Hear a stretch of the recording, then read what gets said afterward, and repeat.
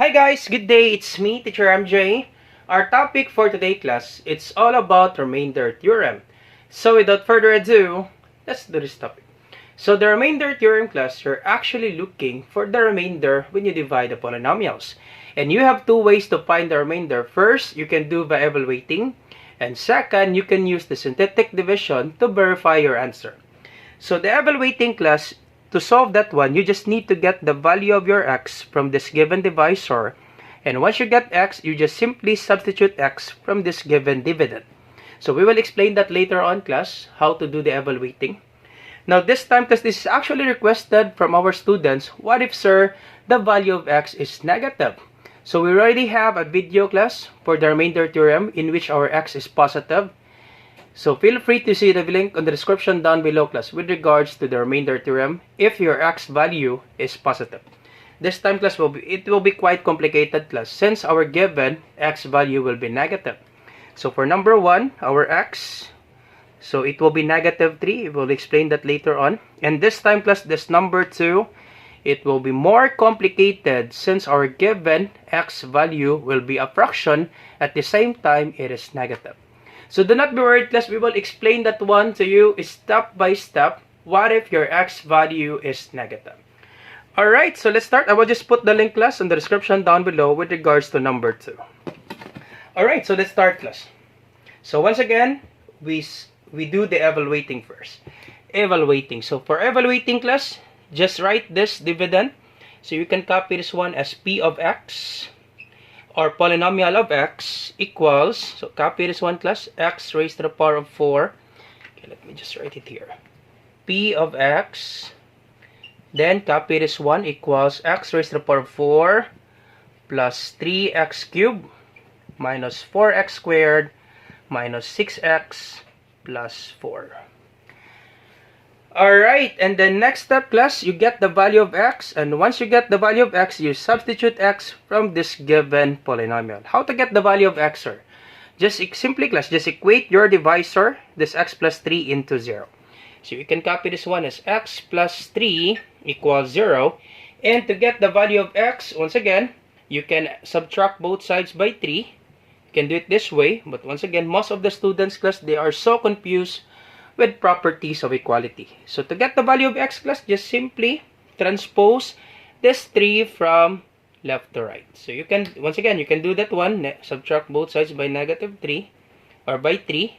So subtract both sides by 3, you can cancel this out, and your x equals 0 minus 3, that's negative 3. You can do it this way, this will be your x, but once again, most of the students, they are so confused this one, the properties of equality.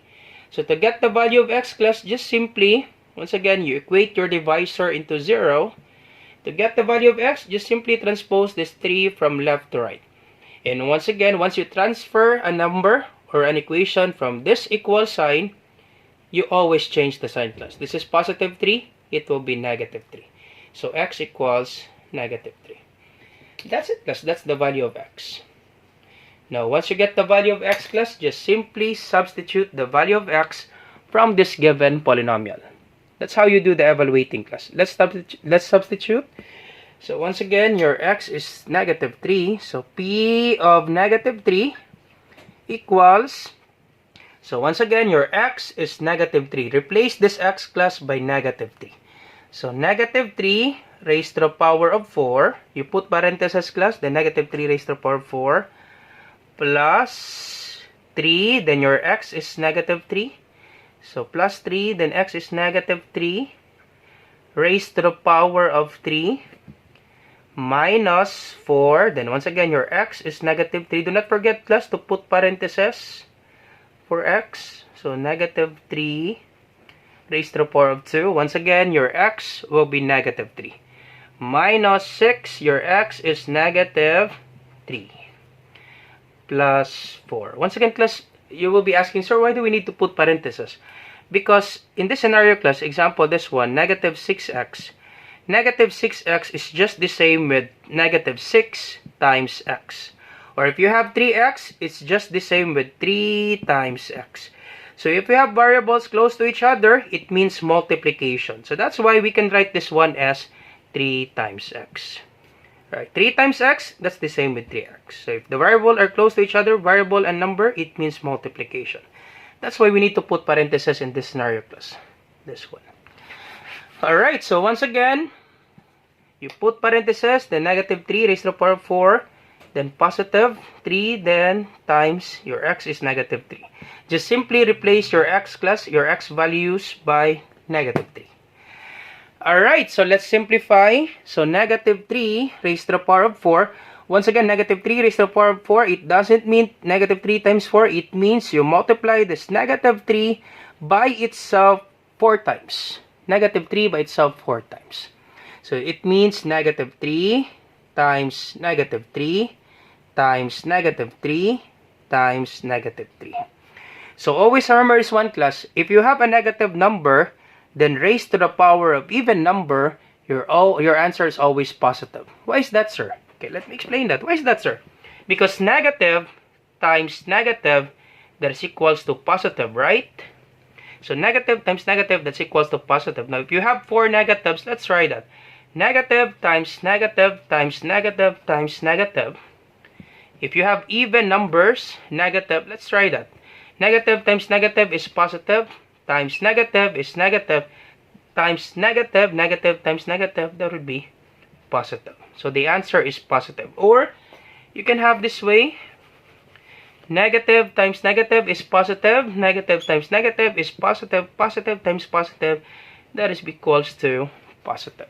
So just remember this one, class. If you have negative, then raised to the power of even number, okay, even number, 4, 2, 4, 6, 8, 10, and so on, your answer, class, will be always positive. Okay, so negative 3. So if you're confused with this one, on horizontal, let's do it vertical. So you multiply negative 3 by itself 4 times. So negative 3 times negative 3. So negative 3 times negative 3, negative times negative, that's positive. Then 3 times 3 is 9. Times negative 3. So 9 times negative 3. So positive times negative, that is negative. 9 times 3 is 27. So if you're multiplying unlike signs, the answer is always negative. Alright, so negative 27 times another negative 3, because we're still lacking one more 3. So 1, 2, 3. So negative times negative is positive. Right, positive. 27 times 3, that is 81. Okay, let me check that. 27 times 3. 3 times 7 is 21. 1 carry 2. 3 times 2 is 6. Plus 2 is 8. 81. So positive 81 because negative times negative is positive. Alright, so this will be positive 81. Then at this scenario, class, do not be confused in this one, class. Many students will commit mistake on this one. So once again, class, do not multiply 3 and negative 3. Please do not multiply that one. Why is that, sir? Because you need to follow PEMDAS, class. Do you still remember PEMDAS? Yep, that's correct. Parentheses, exponents, multiplication, division, addition, subtraction. So parentheses, exponents comes first before multiplying. So 3 and negative 3, this one, class, is just multiplication. So do not multiply that one. You simplify this one first, class. Parentheses, exponents. Parentheses, exponents. So once again, 3, then multiply by this one. Do not multiply. You simplify this one first. Parentheses, then exponents. Before multiplying by 3. Follow PEMDAS, class. So you simplify this one. This is negative 3 raised to the power of 3. It means you multiply negative 3 by itself 3 times. So negative 3 times negative 3 times negative 3. So negative 3 times negative 3, that's positive 9. Times negative 3, that's negative 27. So if you have a number, a negative number raised to the power of add number. So 3, class, is an add number. So we have 1 add number, 3, 1, 3, 5, 7, 9. So if a negative number raised to the power of add number, your answer is always negative.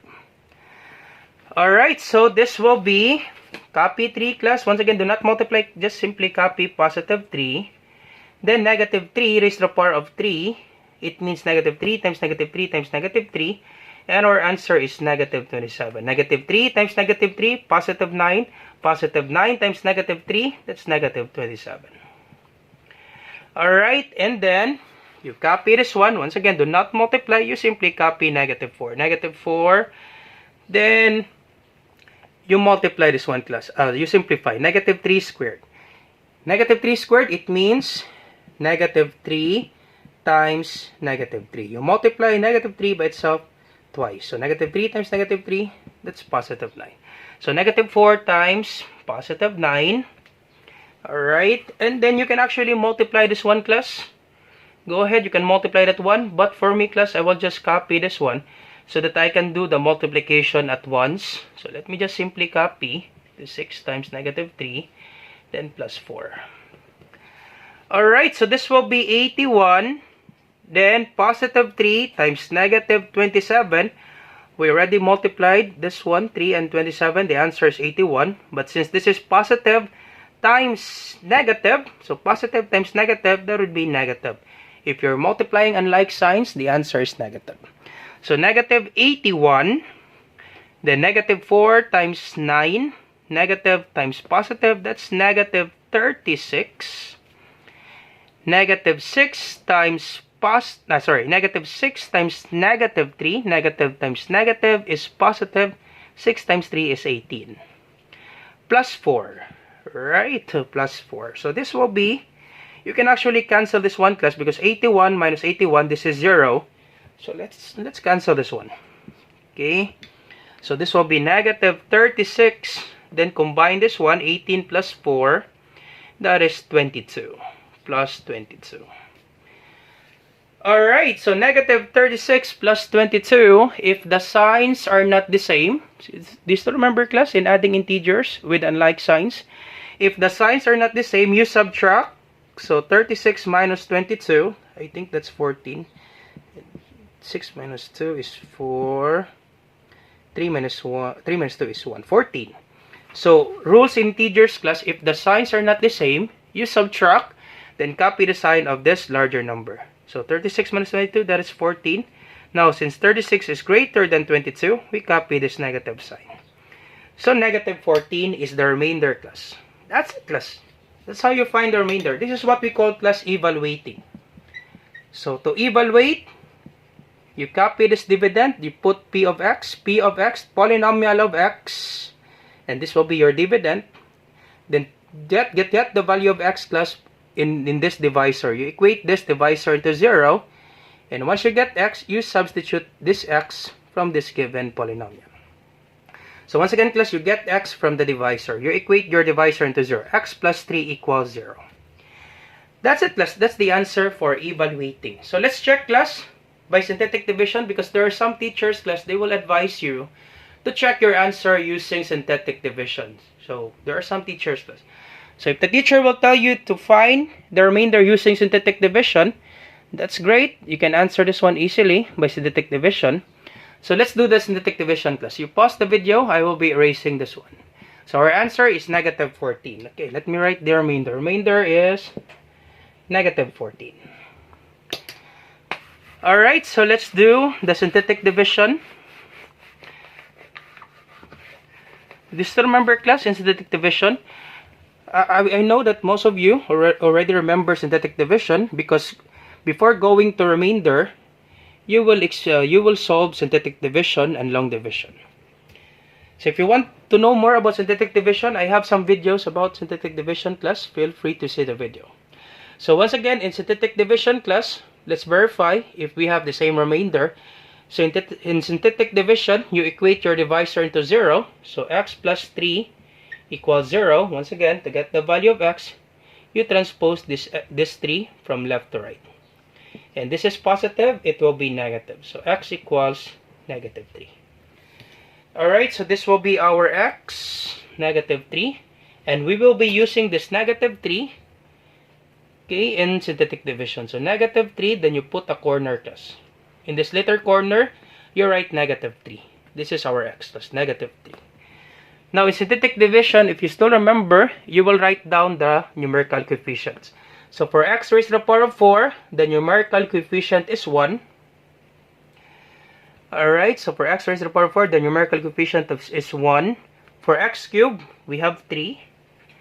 For x squared, we have negative 4. for x raised to the power of 1, understood that there's 1 here. Once again, class, before dividing the polynomials, you always check the degree, class. The exponent, if it's a range. So we have 4, 3, 2, 1, then the last will be the constant. So we have 1 here, class, from the numerical coefficient of x raised to the power of 4. That is 1. Understood that there's 1 here. Then 3 for x cubed. Then x squared, that is negative 4. For x, that's negative 6. Then the last number, 4, will be the constant. So I know you remember this one, the synthetic division. So let's do the synthetic division. Let's verify if we have the same remainder, which is negative 14. So first thing to do, you bring down 1. So bring down 1.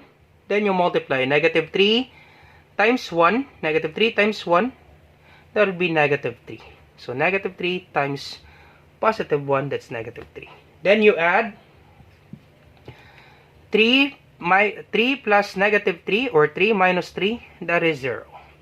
Then you multiply negative 3 times 0, that is 0. Negative 4 plus 0, that's negative 4. Alright, and then you multiply negative 3 times negative 4. Negative times negative is positive. 3 times 4 is 12. Then you add negative 6 plus 12. Once again, if the signs are not the same, we have negative 6, we have positive 12. So negative 6 plus 12. If the signs are not the same, you subtract. 12 minus 6 is 6. You copy the sign of the larger number. So that will be positive 6. So 6. Then you multiply negative 3 times 6. That would be negative 18. Then you add 4 plus negative 18. So 4 plus negative 18. If the signs are not the same, we have negative 18, positive 4. We subtract. 18 minus 4 is 14. Then copy the sign of 18 since 18 is greater than 4. Copy negative sign. Negative 14. Same answer, class. That's it. Easy, right? For synthetic division. So if the teacher will tell you to find the remainder using synthetic division, that would be really great, class, because it's easy to find the remainder using synthetic division. Alright, so that's it, class. That's how you solve for this one. So the next part of our video, class, this one will be quite complicated. Once again, we will have a negative value of x, and it will be fraction, class. This will be quite complicated, class. But once again, do not be worried, class. We will explain this one step by step for you to really understand how to find the remainder. Once again, this is Teacher MJ, and I hope you learned something new today. Do not forget to like, share, and subscribe. You share to your friends and to your classmates, class, so that we can help more students. Once again, this is Teacher MJ. Bye-bye.